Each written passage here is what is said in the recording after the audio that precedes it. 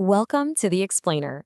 I am so glad you're joining us today because we're about to unpack a complex, everyday reality that pretty much affects every single one of us. We're talking about gas prices.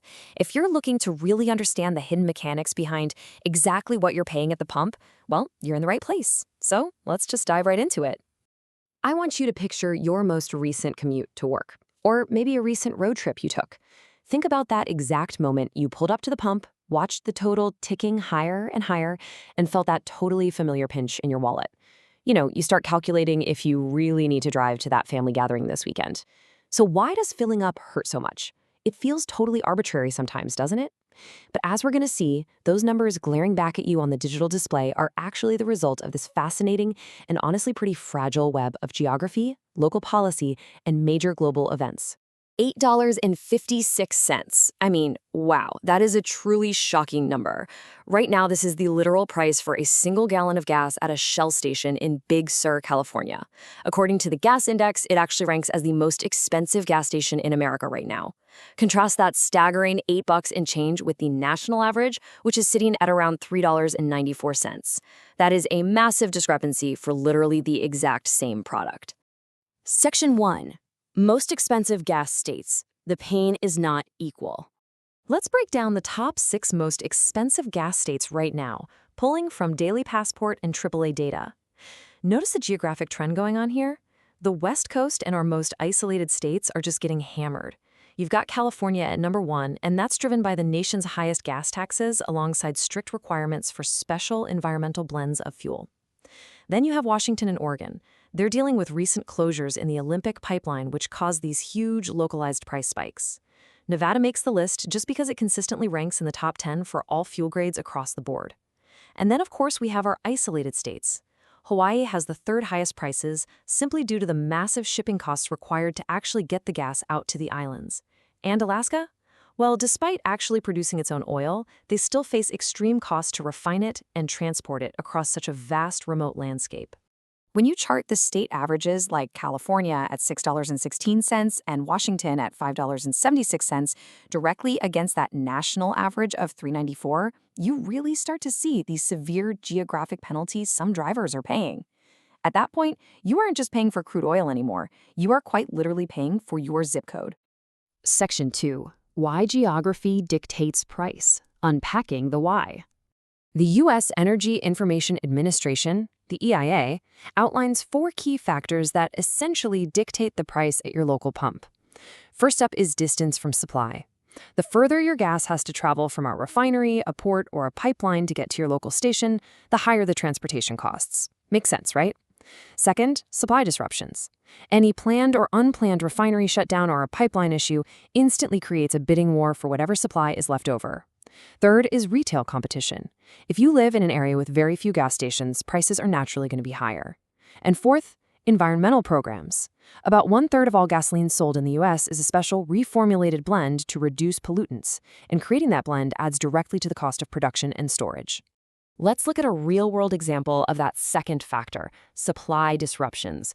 Recently, a closure of the Olympic pipeline caused absolutely massive price spikes in Oregon and Washington. The surprising thing here, this wasn't some huge global geopolitical crisis. It was a purely local plumbing problem, basically, and it immediately hit consumer wallets. It just goes to show how completely dependent entire regions are on just 1 or 2 massive arteries of supply. Section 3. The hidden tax factor. Policy meets the pump.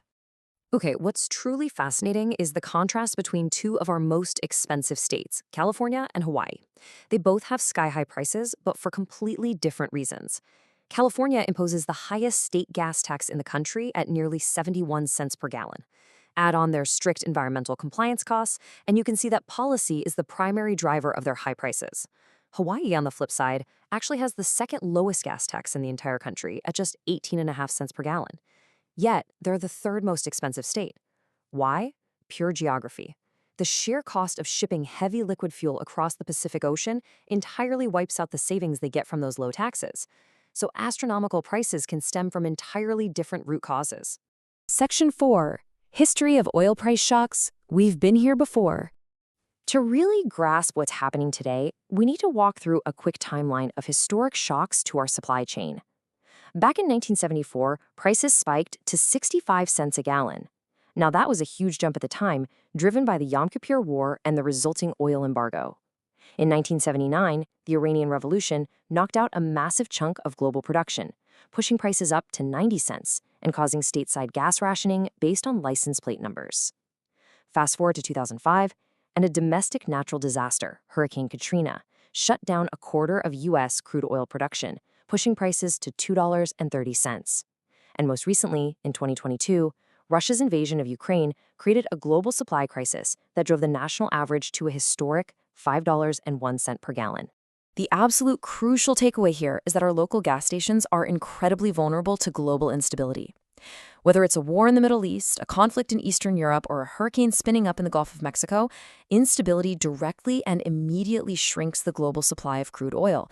And, well, you know how this works. When global supply shrinks, your local price goes up. Section 5, the 2026 Global Forecast. Bringing all this data back into the present day, we need to look at the EIA's April 2026 short-term energy outlook, because these projections for this year are going to heavily impact local infrastructure, the cost of moving goods around the country, and, yep, for sure, your summer travel plans. 9.1 million barrels. The EIA estimates a staggering 9.1 million barrels of crude oil production were what they call shut in, which essentially means halted and taken completely off the active market per day this April. This massive bottleneck is entirely due to limits on oil flows through the Strait of Hormuz, causing oil storage to just back up in countries that desperately rely on that waterway for their exports. That is a literally enormous amount of oil suddenly unavailable to the global market. So what does that mean for us? Because of that supply shock, the EIA forecasts that Brent crude oil, which is basically the global benchmark, will peak at $115 per barrel in the second quarter of 2026. This translates directly to the pump, pushing retail gasoline to a projected monthly average of $4.30 per gallon. The EIA notes that until these tensions in the Middle East ease up and the flow of oil normalizes, a risk premium is going to remain on crude oil. That means uncertainty itself is basically acting like a tax, keeping consumer prices elevated well above pre-conflict levels. So as we've seen, the price you pay for gas is this delicate, often incredibly fragile cocktail of your local geography, your state's tax policy, and global geopolitical stability. A pipeline issue in Oregon, a tax hike in Illinois, or a conflict half a world away in the Strait of Hormuz, they all ultimately converge right there on that little digital screen at your neighborhood pump. So I want to leave you with this final thought. With global tensions continuing to shift and our local infrastructure constantly aging, where will your state rank next summer? Thank you so much for joining me for this explainer, and keep asking the big questions.